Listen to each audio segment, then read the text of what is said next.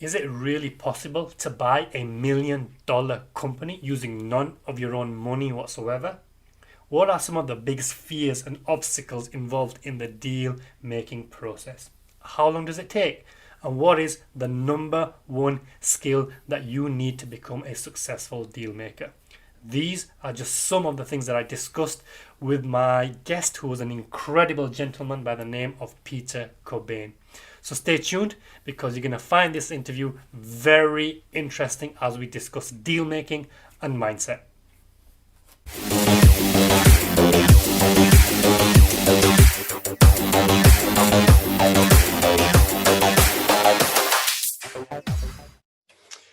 Welcome to the Minotaur's Maze. Now, my guest today is Peter Cobain, who was born in Liverpool but spent most of his life working and living abroad.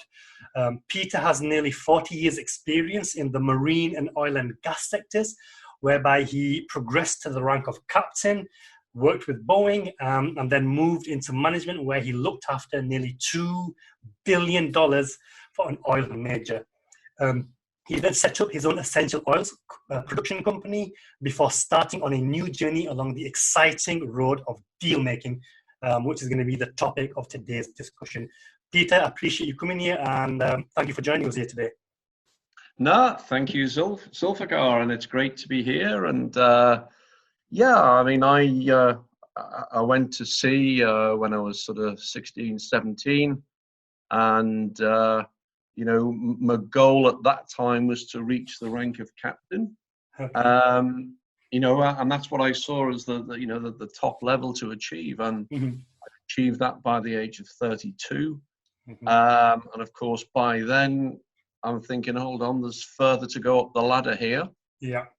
So I, you know, progressed onto the sort of management side, worked my way up to marine director, and then, as you say, I started to concentrate a lot more on sort of project management, and then I worked my way there to a project manager for an oil major, and as you said, I was responsible there for nearly $2 billion of project work as project manager and contracts accountable manager.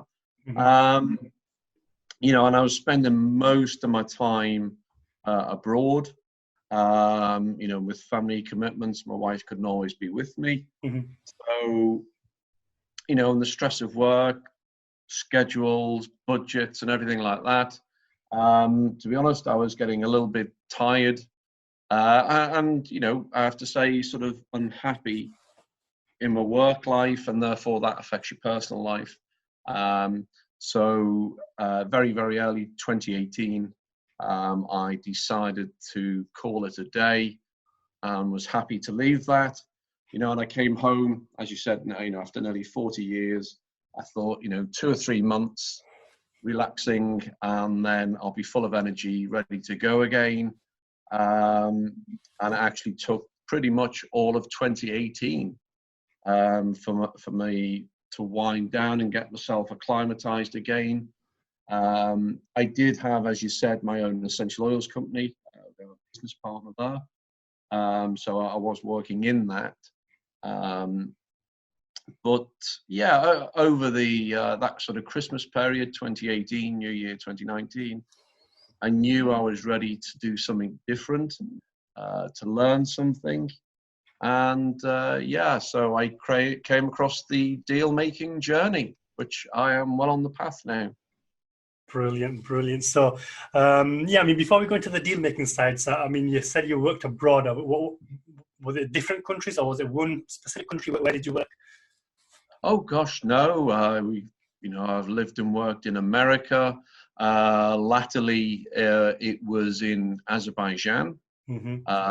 You know, we're in the likes of Singapore, all around Africa. Hmm. So many places, many places, Okay. And which what were some of great the projects you were doing? experience. Yeah. What were some of the projects that you were doing? I mean, what it sounds exciting, but you Yeah. said that you got fed up with it. But what were some of the things? Can you tell us what you were doing over there? Yeah, I mean, some of the great ones, you mentioned Boeing. So as captain there, we were launching satellites from Wow. the sea, which Okay. was a fantastic project. Mm-hmm. You know, the first sort of company to do that. So that was, you know, great to be part of, integral part. You know, I was still relatively young, I guess, at the time, and you know, after a number of launches, it became a little bit sort of more production line, and I still needed something to challenge me further. Yeah, so, you know, I ended up going into more shoreside management and project management, which, you know, I did really enjoy. You know, seeing the start of something and the completion of it, you know, building up your team, delivering your objectives, you know, and then through that, you obviously make a lot of friends and acquaintances, you know, and as time goes on, different projects, you all come across each other again. And yeah, so it's been a great time. I say latterly there in Azerbaijan, building a very complex and high-tech vessel to do a lot of installation work for a major project, gas project over there. Brilliant. Okay, so now coming back to the recent deal-making activity, when did you start and how did you start? I mean, when you first came across the concept, what were you thinking and what were your feelings right at the very beginning?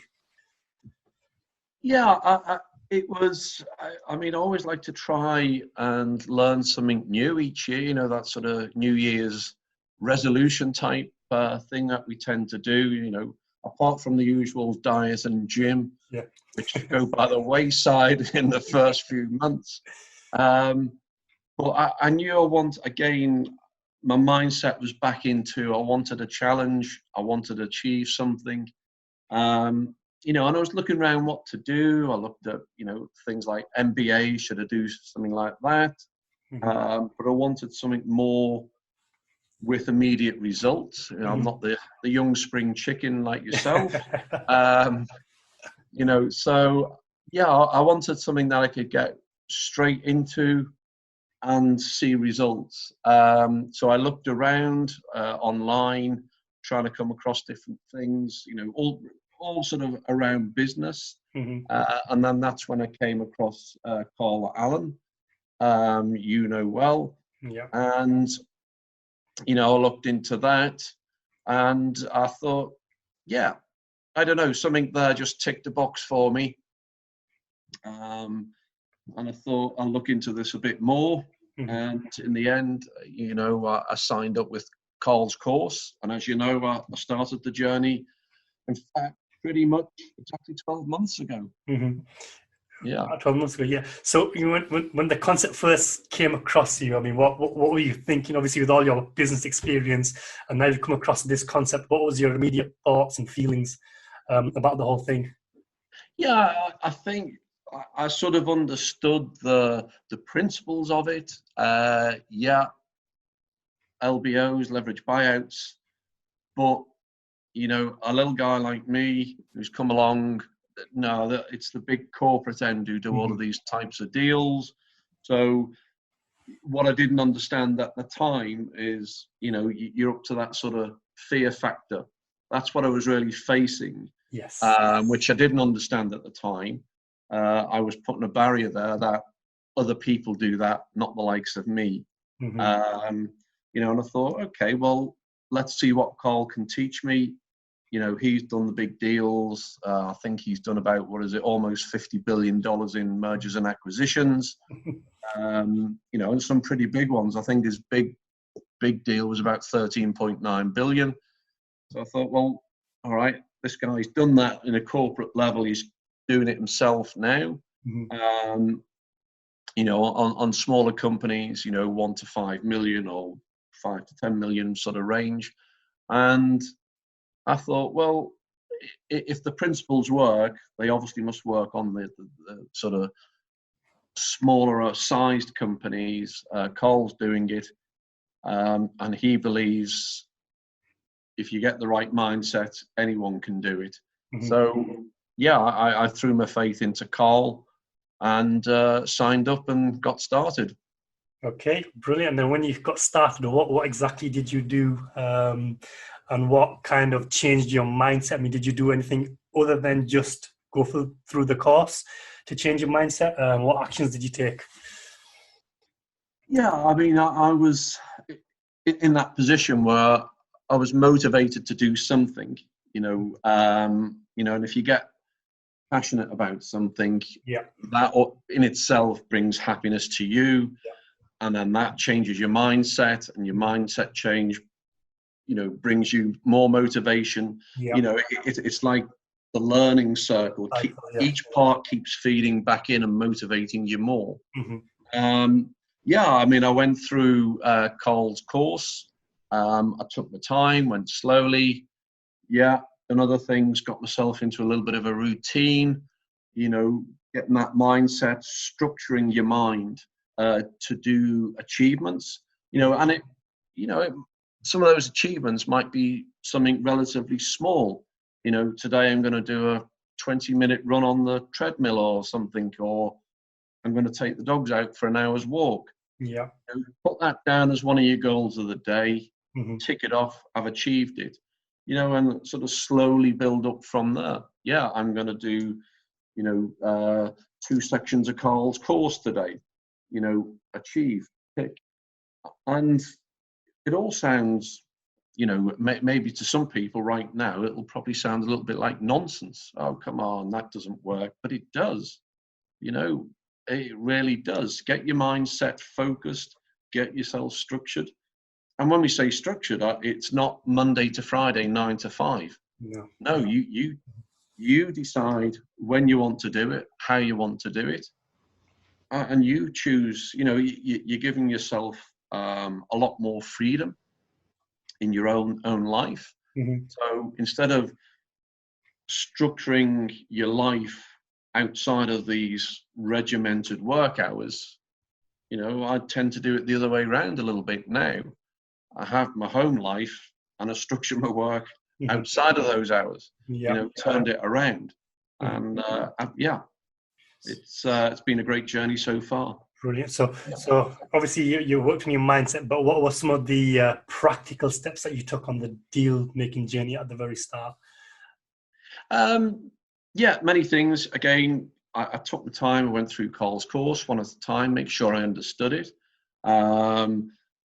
We joined in his weekly calls to discuss, see what other issues people are having, what problems were they facing, and how did they deal with them. So those were almost like a big self-help class. Always something to learn. Always, even now, every week, every call I go on, there's always something new. And I will always be one of those people who the only time I ever read is when I'm on holiday, because I was always busy either doing something or too tired at the end of a working day to pick up a book. And I started reading books, sort of Shoe Dog, the story about Nike. What a brilliant read that is. And if that doesn't get you fired up, then I don't know what else will. I've looked at all sorts of different things, looking about how to negotiate, how to talk to people, how to get most out of them without even asking them a question. All these little techniques, and you put them in and then you realize that they actually do work. And then that concretes itself into your mindset that actually you can do it and you are doing it. So you feed that back into your own sort of learning cycle, and you just keep raising the bar in what you're doing in every aspect of your life. So it's been a great year. Brilliant. Now, can you just talk to us a little bit about some of the deals that you've worked on and done?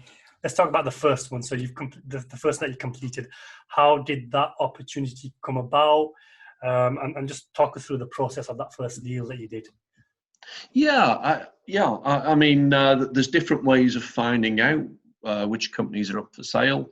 Obviously, you go on the internet, businesses for sale, and lots of websites come up and lots of broker deals. and pretty much, I was the same, had a look at a few of those, the sort of low-hanging fruit type opportunities. But, you learn, utilize your own network. Mm-hmm. You think of all the people that whether it's on LinkedIn or Facebook or socially, and how many people must they know?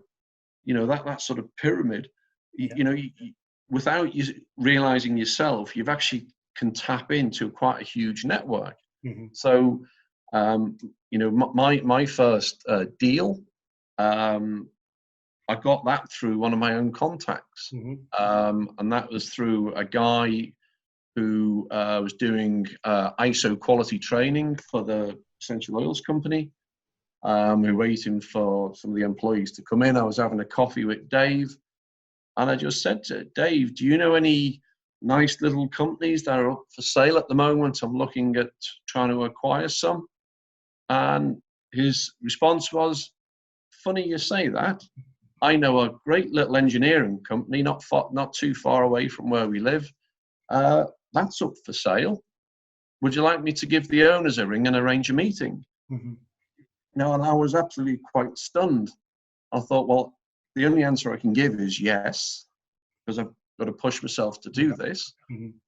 And Dave phoned them straight away and said, "Oh, I'm just somebody I know, maybe interested in coming and have a chat with you." And a date was arranged, and I went down there, and obviously from Carl's course there, it was about really building good, strong rapport that first meeting, continuing that, getting those guys to understand you are that safe pair of hands for their legacy, their company, their employees.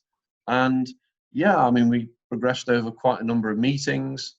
I put that forward then to Carl's, what they call the red light, green light, where we review it on, anonymous basis, with all the facts and the figures, and people look at it to see if it's something that you would get the green light and go ahead and proceed, or if there's some questions to be answered first.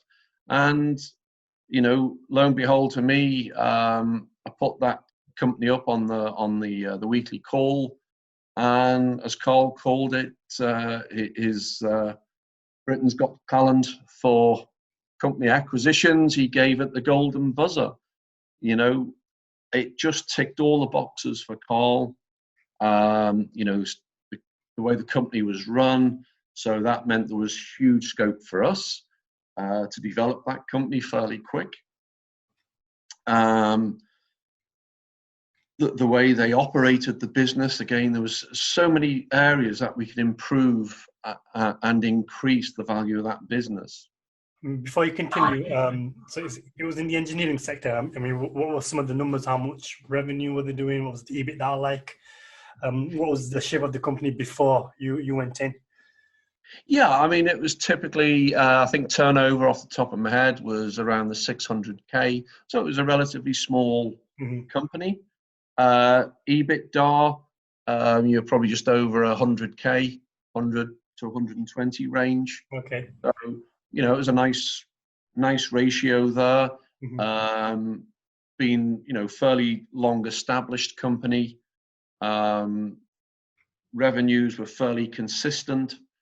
Some of the things, one of the questions in your meetings, tell me about your marketing, what sort of marketing do you do?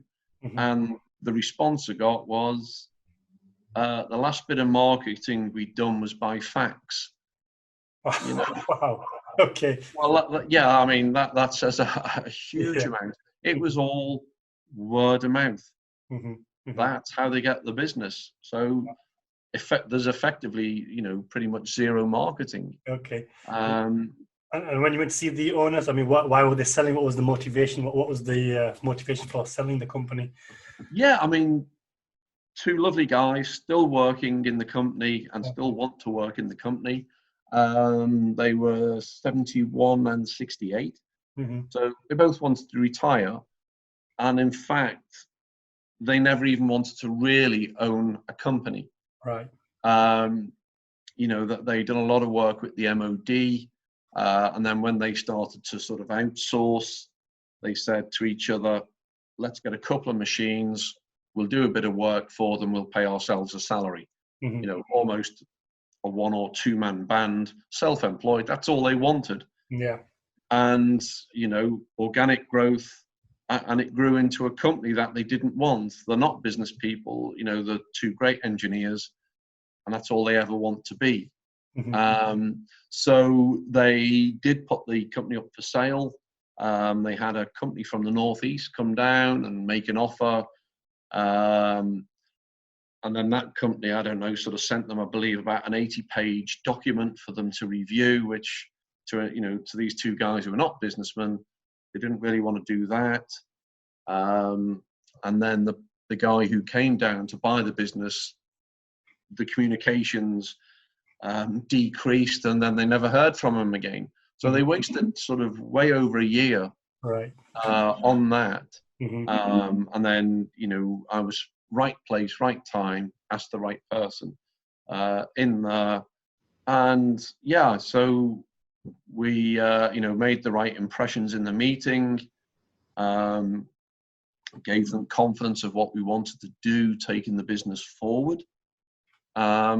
And yeah, so they were our first company. I know Carl's challenged us to increase the revenue and turnover 5 times. He said in 2 years. A little bit about the deal. I mean, what did you agree with them to buy it, or what was the deal structure? Oh, right, yeah. I mean, part of the sort of golden buzzer part of it. And this is the benefit. I'll answer your question, but going back to the meeting, this is the benefit of being in the program, learning from Carl and other experienced people. So I was going to go in. They had cash in the bank, so that was going to be part of the closing payment. They obviously got machinery there, so I was going to finance the machinery to help close the deal and all of this sort of stuff.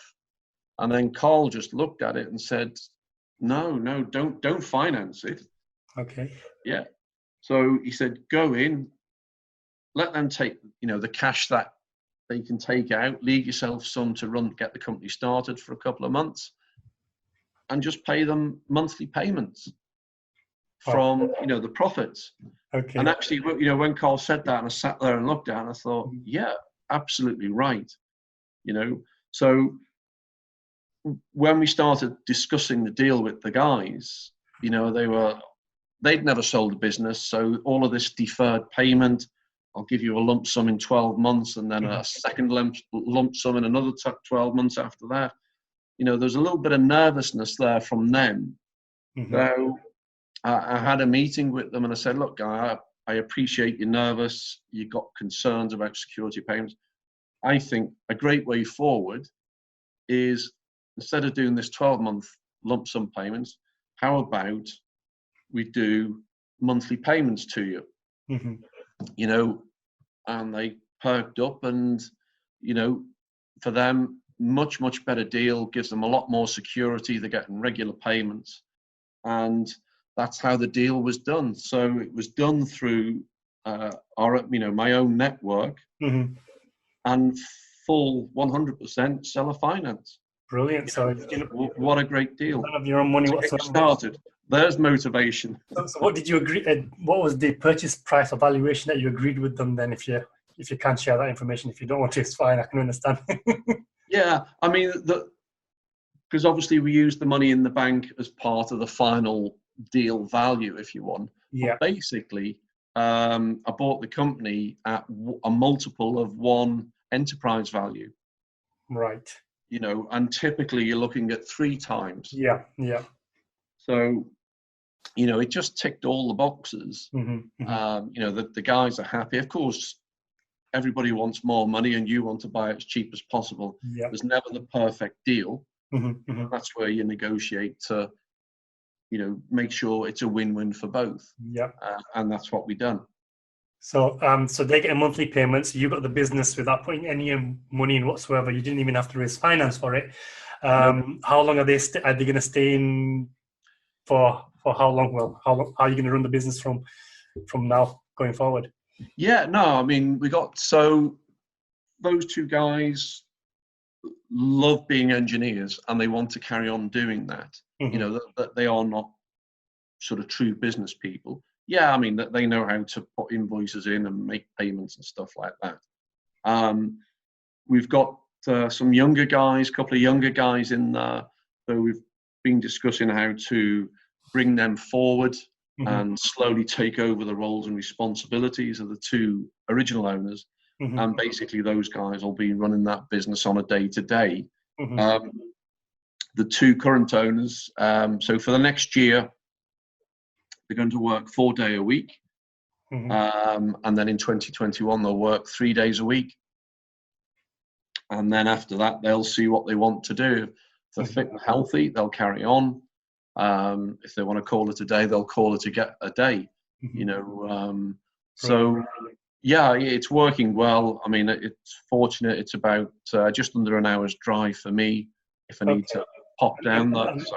And from start to finish, how long did the whole process take? So from the day you came across the deal to the day you closed the deal and became the owner, how long did it take approximately? Yeah, I mean, that was a lot longer than what you would typically get. So, gosh, that would have been, well, about 7 months it took. Various reasons for that. One, the business came along a little bit quicker than I was wanting to get deeply involved. I was still learning. So I was doing lots of meetings with them, just taking my time, catching up with Carl's course. And then during that period, if you remember, we all went to Manchester with Carl's group there, and you know, to one of his get to know you type meetings, and I met up with Hanif. So he's my business partner now.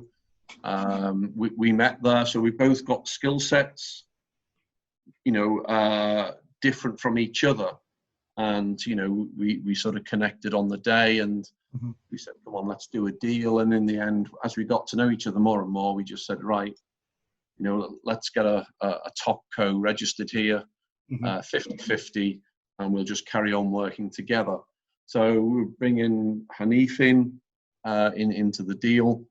And we then went into the process of, you know, getting your solicitor, etc. You know, lots of lessons to be learned. You know, this was one of the other parts of last year. This was our big learning year. So we wanted to try and learn as much as we could. Did we choose the right sort of legal representative? No, probably not. Okay, yeah, so this is what I was asking next, you know, so obviously it took you 7 months, but what was what was the biggest obstacle in that process, and how did you overcome it? The biggest obstacle, I know your background. So, the biggest obstacle, actually, and in the second deal as well, I have to say, is the lawyers. They provide you with a monumental emotional roller coaster. Okay. You know, the first sort of lawyer, although she was a commercial lawyer, maybe not as experienced on mergers and acquisitions. You know, no disrespect to the lawyer, but I would say very, very methodical. Was this on your side or the seller side? On our side. Okay. This was on our side, the lawyer we chose. She was very, very methodical. Things took time. And I guess, you know, it sounds bad saying lack of experience, but lack of that knowledge. She was checking and double checking. That took time. And of course, you know, these companies, they'll have their legal representative, they'll have their accountants, who are not necessarily people who are dealing with buying and selling businesses on a day-to-day basis. So they then got to go in and find the documents that they need to use, get them verified. So, you know, on this first year, we sort of had two relatively inexperienced legal representatives. involved. So, you know, I guess part of the other issue, I know we've discussed it before, you know, lawyers charge by the hour or by the minute these days, probably. So they like to live on fear. So, of course, the seller's solicitors saying, oh, that's far too risky. No, we're not doing this and we're not doing that. That gets the sellers nervous. And of course, they come back and say, well, we can't accept this now and we need to do this. And then your lawyers, no, that's. So, you know, for this first deal, there was a lot of that going backwards and forwards. And as much as you want to get the deal closed and rush it, we both wanted to make sure it was done right. Yeah, and that both sides were happy. You know, and we felt that was the right way to do it, especially with the guys staying in the business, because we wanted that relationship starting off on a really good foot. So yeah, it took a bit longer than we wanted, but we've done it. You know, the guys are happy.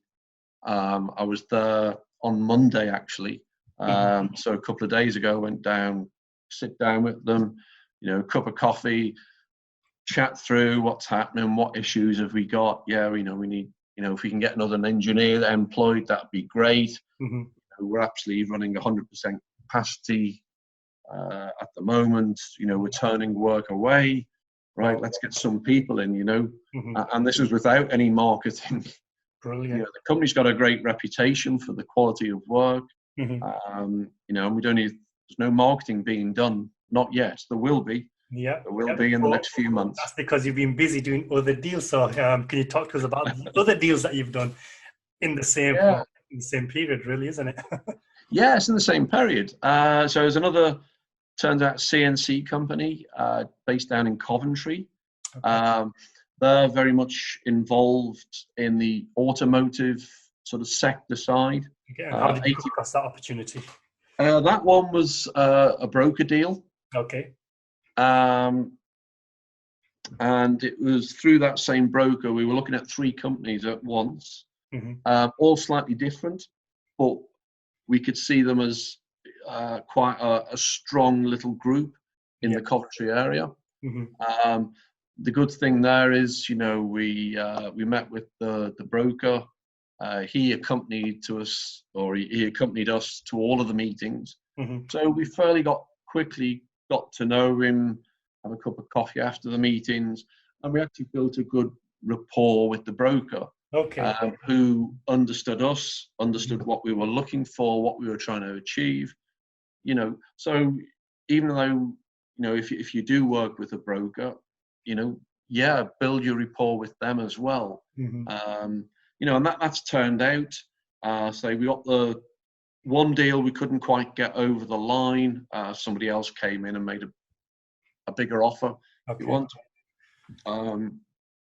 And so we lost that one. The third deal is still there. That company's trying to sort their accounts out because there was a lot of company investments. They're trying to take those out of the accounts, so we get a clean set now to review again. So that one's still on the back burner and ticking over. We'll see how that develops in the next few months. But this second deal, my goodness, talk about an emotional roller coaster. Okay, so let's start from the beginning. So this deal, broker deal, what were the numbers before or when you first came across it? What were they doing? Yeah, so I mean, it was twice the size of the first one, so you know, circa 1.2 million. Probably EBITDA was around 300. Again, nice numbers. Lots of machinery, plant and machinery there. We went down. So it was a father. There was a retired shareholder. Didn't have any real involvement in the business. There was the father and 2 sons who had shareholding. You know, and as happens in life, sadly, the father's wife, the mother of the 2 sons, she passed away. And, you know, as you can expect, that'll take the wind out of the sails, especially the father. So, you know, and with his age, he decided it was time to retire. and the same for the two lads as well. They wanted to sell up the share and go and do something different and anything more to do with the business. Okay. So Hanif and I went down.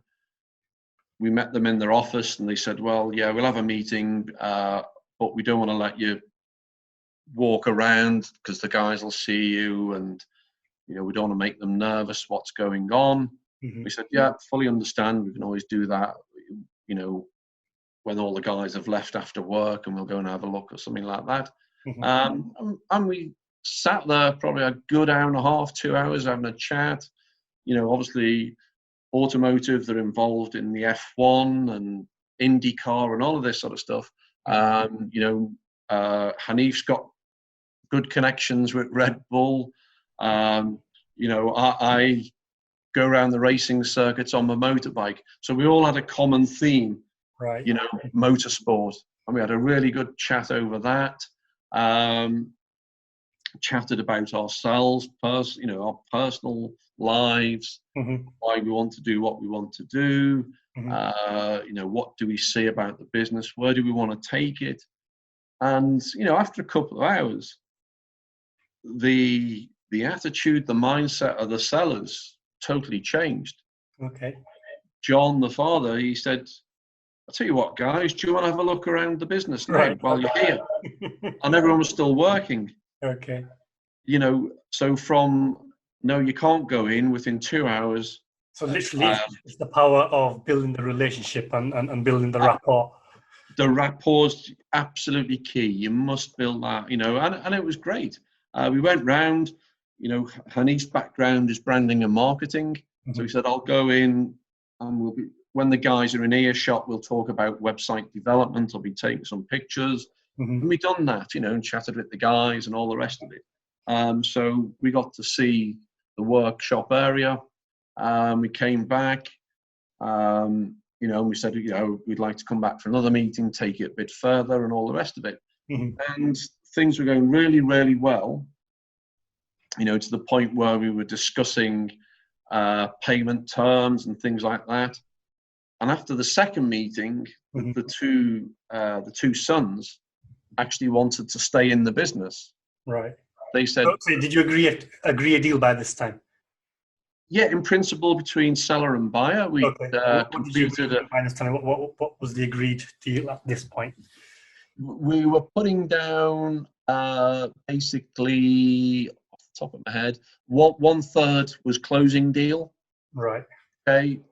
And then the rest was split over 3 years. Okay. 12 monthly payments times 3. Quite simple. All agreed. Great. Gives us time to grow the business. And that 1/3 on closing, were you going to use the financing from the company for that or from other means? Yeah, no. So that was based around the financing of the machinery. So to clarify, you did another deal without putting any money down whatsoever yourself. You basically used the no money and deferred payments. Okay. Yep. Brilliant. Yeah. So asset financing. Yeah, all done. And I say that because the way we've expressed ourselves and our vision with the company, the two boys that they got the mojo back, they were fired up. Right. Okay. Especially with Hanif and his marketing and his branding and his vision. These guys were fired up and they wanted to stay and work with us. Right. And that's exactly what they're doing. The issue we then had, we shook hands and slapped each other on the back and we'll go and have a few pints at some point, a meal and all the rest of it. And then once again, you get lawyers involved. It just went absolutely downhill. Right. Absolutely downhill. It's back, it's back to the seller's lawyer injecting fear to the sellers. This payment structure is not good enough. It doesn't provide you security. And obviously, I understand they're trying to do the best job for their client, who's the seller. And they don't want to leave any stone unturned, that can come back to them, that they were negligent in what they were doing. So I do understand that. You know, we just felt this lawyer was trying to get the perfect deal for his client. And we said, that's never going to happen. You know, that is never going to happen.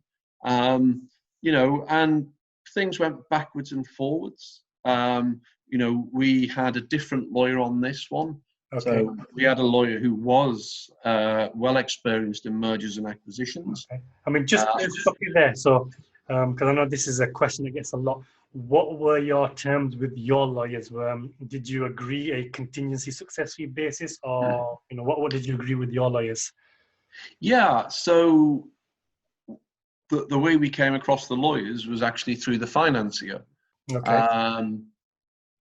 And for this company, I'll say the royal we, but all the fancy artwork and everything was down to Hanif. It was almost like a pitch book, but we were giving it to the financier of the background of the company, obviously all the key stats, and what our vision was and what we wanted to do and how we wanted to take it forward. And the financier came back, and it obviously Carl knows who it is, and he's used quite a lot, this guy. His response back to us after he reviewed this pitch book, he said, that is the best pitch book I've ever received off you type of guys from all of these, you know, sort of deal making type courses. You know, sort of, so, and based on that, he then said, well, I can recommend you, you know, an M&A lawyer to work with you, and if you want, an accountant. You know, so the recommendation coming from the financier was good enough, and you know, the lawyer took it straight on as a contingency. So just to explain the contingency, if the deal didn't go through, you wouldn't have had to pay anything to that lawyer.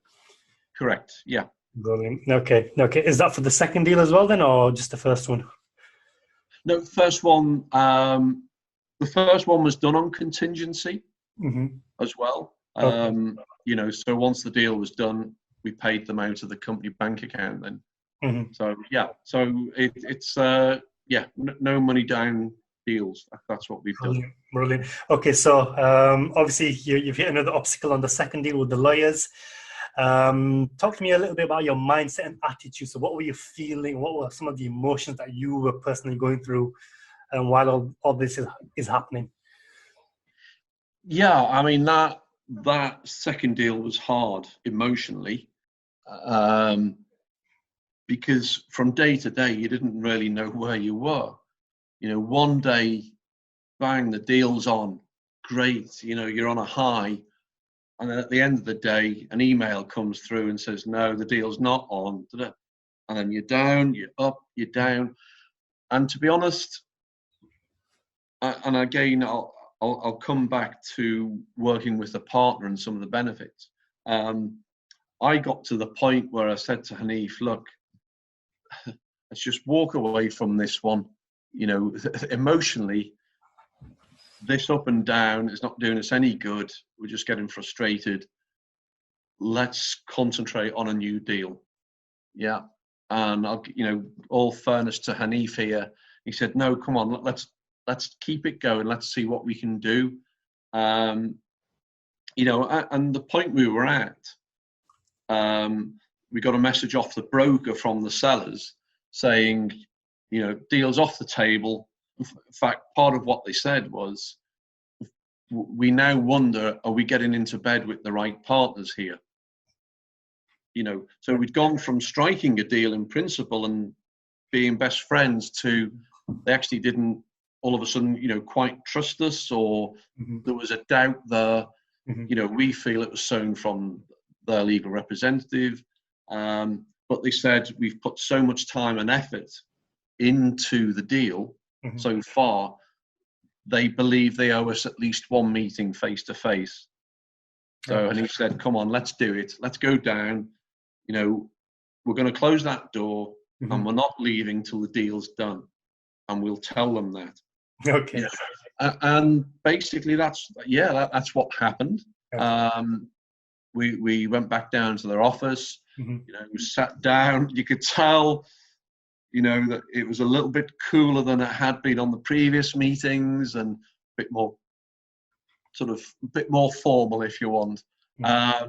But we soon broke that ice, and there was proposal, counter proposal, da da da da da, and so within about an hour and a half, probably, we all shook hands again. Okay. New deal agreed, same price, slightly shortened deferred payment period. Mm-hmm. We increased the closing payment a little bit. I think around, probably we increased that by 20%, and then a slightly shorter deferred period. Mm-hmm. And in that meeting, we said, right, the lawyers work for us. We don't work for the lawyers. We will tell them this is what we are doing, Mm-hmm. And we all shook hands and said, right, the lawyer works for you guys. Remember that. You tell them this is the deal that you want, And then it started to move forward again. You think, oh, God. And it goes south again, and oh, my goodness. So how long did this, so from start to finish to the day of completion, how long did this one take in the end? This one has taken, I would say, around, again, the 6-7 months. Okay. Again, which is longer than we wanted, but again, because of all the ups and downs with the lawyers and what have you. Mm-hmm. And part of the other reason as well, the owner, Johnny, had an operation, so he was at the game for quite a few weeks, so things really slowed down. Mm-hmm. But again, we wanted to use this as a learning cycle. So we'd gone from your own network, 100% seller finance deal. Yeah. Yeah. And then this one, we needed financing. So with a difficult lawyer, up and down, we didn't know whether we were coming or going some days with the deal. Mm-hmm. So between the two deals, put the two deals together, it was a huge learning cycle for us last year.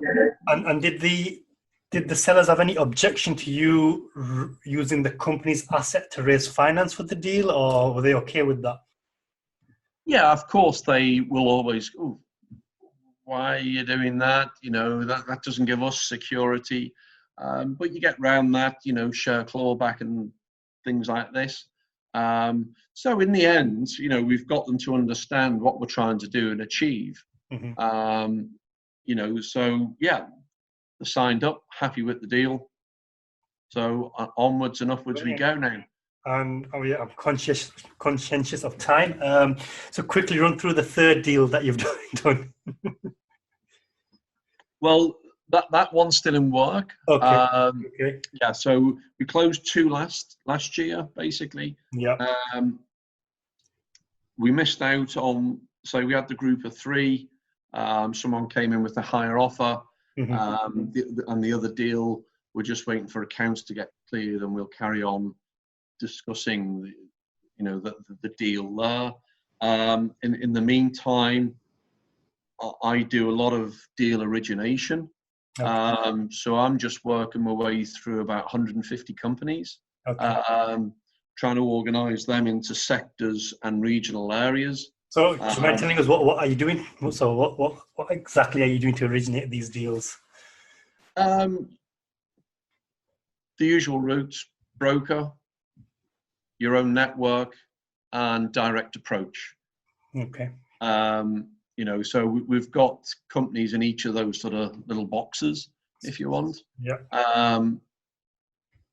And our strategy is to build up a network of companies within the same sector to get a strong regional foothold, and then we'll transport that into the various regions around the country. So for the direct approach, how are you finding these companies to send direct approaches to? So basically, we know the two companies we've got. One's in the northwest, one's down in Coventry. Mm-hmm. You know, draw a 40-mile radius around them, Okay. and you can even use things like Google Maps. And you type in, I don't know, let's say you were buying a hotel, you Mm-hmm. bought your hotel, what others are in the area, type in hotels, and ping, ping, ping, ping, they all pop up. Mm-hmm. Write all the names down, go into company's house or the website, things like that. So I just start doing the research that way. So around the first company we've got about 40 companies I've looked at, and you can go off on slight tangents because we don't want them to do all exactly the same thing. Yeah, of course. We want them all to have slightly different niches so we can expand on how we market the individual companies and then as a sort of little group. Perfect. And so, how's your mindset changed and how's your attitude changed now? I mean, do you feel more empowered? What do you feel like now compared to when you first started? Gosh, I mean, honestly, it's chalk and cheese. Absolutely different, totally different. So 2 years ago, I was drained, tired, beaten up, unhappy. Just that was it. Enough's enough. I look back on that now, how I've changed, and especially in the last 12 months, it's all positivity. You want to get up, you want to do something. I want to do another deal. Yeah. And I'm at the point now, actually, whereby I'm going to do this full time this year. This is all I'm going to do. I've backed myself out of my own company pretty much. And I'm doing all the deal origination. We're going to have 1 week a month where we set up meetings. So we will want to do, 4, 5, 6, 7 company meetings, different companies. And then our target, we've given ourselves this year, is to acquire 8 companies. Oh, okay. Tough target. Yeah. But between two of us, we believe it, that is achievable, and. So, I mean, there's the difference right there. So a year ago, 2 years ago, you're like, this isn't for me. And now you're looking to attack 8 in 1 year. Absolutely. And our target for 2021 is 1 company a month. Right. So we've given ourselves that vision to build up the top co with all the companies underneath. Yeah. And we're not just going to stay in the engineering sector. We're looking at hotels. We've been to visit quite a few hotels already this year, or the end of last year, sorry. Yeah. So we're going to be discussing which ones to target for further meetings and deals. We're looking at the health sector. We're looking into some within manufacturing, wholesale supply sectors. We're just, your mind opens up. Honestly, it really is. It's hard to get across to people who haven't been involved and haven't tried it yet. And I can understand people's skepticism. You go online. Let's be straight from the outset here. This is not a get-rich-quick scheme. No. It's not that. But it gives you all the stepping stones to your own freedom and what you want to do going forward. It really, it empowers you to take control of your life again. I spent, as I say, nearly 40 years being controlled by other people. Yeah. You will work this, you'll be here, you'll do that, you can go home here, you have to come back on this date. You were being totally controlled. It's totally the other way around. No, I'm in charge. It's my life. I'm in charge now, and it just filled you with so much energy, so much positivity. Yeah. Honestly, it's, on my computer, I look at these 150 companies and go, oh, I like that one. I like that one. I like that one. I want that one. I want them all. It's just, part of it's probably like, the chase, the excitement of the chase there. And I'm sure a lot of people, when they start on the journey, it'll be, yeah, I want $1 million in the bank or a couple of million in the bank. And actually, you fairly quickly realize it's actually not about that. You know, Which it's, leads me on to my next question. What is your why? And do you plan to use these businesses for a particular cause, or what are your plans in that sense? yeah, I mean, the why, yeah, you start off and you say the why is because, yeah, I want to stick $1 million in the bank. But then you ask yourself, well, why do I want $1 million in the bank? Well, I want to go on holiday. I want security for the family. I want to make sure the children are okay. So your why starts to move away from the money. The money is just a mechanism for getting your true why. And you'll find out what that is. It'll be different for all of us. People have the same sort of ideas and concepts.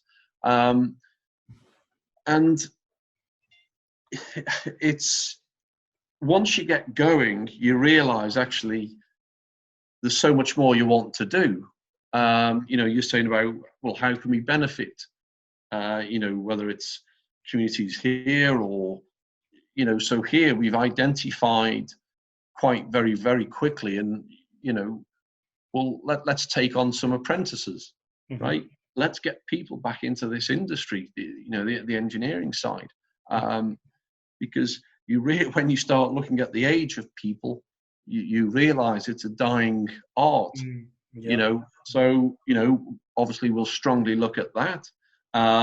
Even my own company, the Essential Oils Company, we're going now direct to the source. One of the things we do, as you know, is frankincense and myrrh. So we're now going to start dealing direct with the harvesting communities. So we're working on that over this year and the forthcoming years. And then what we're going to be doing those harvesting communities, where are they based? That's in Somaliland. Where the frankincense myrrh trees grow, the Horn of Africa there. Yeah. And what we want to do is get a good contract with a buyer so that we can get a good supply of oil to them. Therefore, we're buying the resins directly off the communities, cutting out a lot of the middlemen, so we can pay the communities a fairer price for the resin. When we sell the oil, we'll give them back some of the profits for a community fund. Last year, just over a year ago, actually, in November 18, myself and my business partner, Steve, we were there for basically 4 weeks, traveling around, meeting the communities, and it was sleeping on the floor and up in the mountains. That there was no comfort, there was no hot and cold running water, anything like that. And we saw how the communities survive, talking with the elders, what is it you need? And one of the almost humbling things that we sort of came across is, they didn't say, I want more money or I want to be more comfortable. When we said, what help do you need? They said, we want you to educate our children. They were looking to the future, which was great, so that's what we're going to try and achieve. Awesome. Brilliant. Okay, so I'm going to wrap this up in a few minutes. So just before we go, any advice for people that are just getting started, that are new or are just full of fear and paralyzed because of that? Yeah, absolutely. I mean, the fear barrier, I fully understand, and I think every single one of us will face the fear barrier in our lives for sure. But take positive steps, get back into a routine, believe in what you're doing. It does work. You talk to somebody who's done it, who 12 months ago was in the same position that, the people who are starting out, they're in the position I was 12 months ago. Oh no, people won't want to sell the business to me. No, I didn't know. It's always the smart city stockbroker whiz kids who will buy all the companies and they know what they're doing. No, it works. I can verify that to you, and your listeners. It works. I've done it. believe, but use your network as well. If you've got a moments of self-doubt, use your network. If you know people who've done it, talk to them. Read some of the books that are out, motivational books. And if you want to start, I think Shoe Dog, Story of Nike is brilliant. What a great motivational book that is. And you'll see, because he was so passionate about running shoes, he made it work. And look at the size of Nike today. So pick on something that you're passionate about. If you're passionate about food, obviously look in the food sector, or if you're passionate about engineering or IT. But if you choose something you're passionate about, that to me is half the fear barrier gone, because you've got confidence in your own knowledge, your own experience. Use that, leverage it. That's why I partly went into partnership with the likes of Hanif. Now, I know next to nothing about branding and marketing. I don't know how it's done, how it works. And I knew that was my weak link. So when I found out that's Hanif's strength, and I had strengths that were his weaknesses, bang, great partnership. Two heads are better than one. And I'm sure at that time, if we'd have found a third person, we could have done it as a group of three. And what we found as well, working together as a team, is, one person will do one person's workload, but two people probably do three persons' workload, because we motivate each other then, and we've achieved a huge amount. So yeah, don't have self-doubt, believe in yourself, be passionate about it. There's so much to learn, and once you take that first step, have that first meeting, you realize the people you're talking to are ordinary people just like you. They have a fear barrier as well. They've probably never sold a company before. They don't know the process either, but if you learn the process first and go in there, you've got that knowledge, come across confident. Who's the old sort of FBI, is it Michael Voss, is it? Do you remember the FBI negotiator? Never Split the Difference, the book. Read up on how to negotiate. Simple techniques absolutely work. What would you say is the number one skill to be a successful deal maker, or what would you consider the most important skill? Mindset. Okay. Absolute, honestly, mindset. Once you've got that sort of programmed into your brain that you can do it, you are capable of doing it, and especially when you have done it, that raises the foundation level then, and then you go on to do something even better and bigger. It's like starting off with the first company was, sort of 600,000 turnover. The second one was twice the size, 1.2. We're looking at companies now. The next meeting we're going to arrange, that company's turnover 6 million. Right? We're going to look at companies that are in excess of 10 million this year. We've got them all listed down. What is your end goal? So what is your exit strategy now? What are you looking to do with all of this now, with this newfound passion and enthusiasm? What we want to do is we're going to build up a group of companies in various sectors. We want that group to have a sale value of around 100 million. And then we're going to sell it. We're going to do that in 5 years. Brilliant. And and that's what we are going to achieve. Years ago, you'd be thinking about selling for 100 million anytime soon? Of course not. But now you realize how achievable it is. It really is. If people understand, only 1 in 13 businesses will sell within 12 months of being listed. 1 in 13. So 92% remain for sale. Mm-hmm. Yeah, it's a buyer's market. You know, there's, what is it, about 2.6 million businesses up for sale, UK, America, and Canada right now. Mm-hmm. Yeah. You know, there is something for you out there, and that's just businesses up for sale.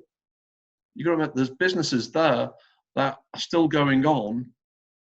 The owners are past retirement age, but they've not, you know, they haven't thought about putting it up for sale yet.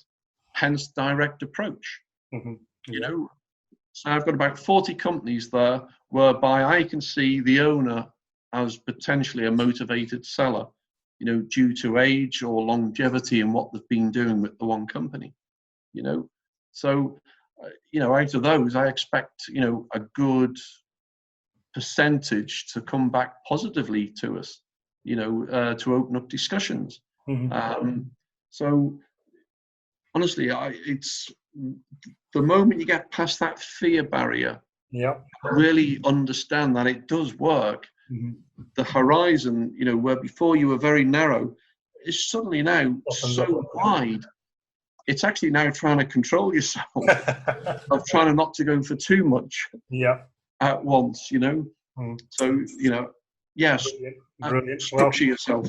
It's been an absolutely brilliant interview. Very insightful, very interesting. So once again, thank you for coming on.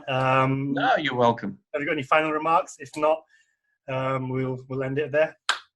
I'd just say to your viewers out there, do not doubt yourself. Just do it. Please do it. Honestly, you've got nothing to lose and so much to gain.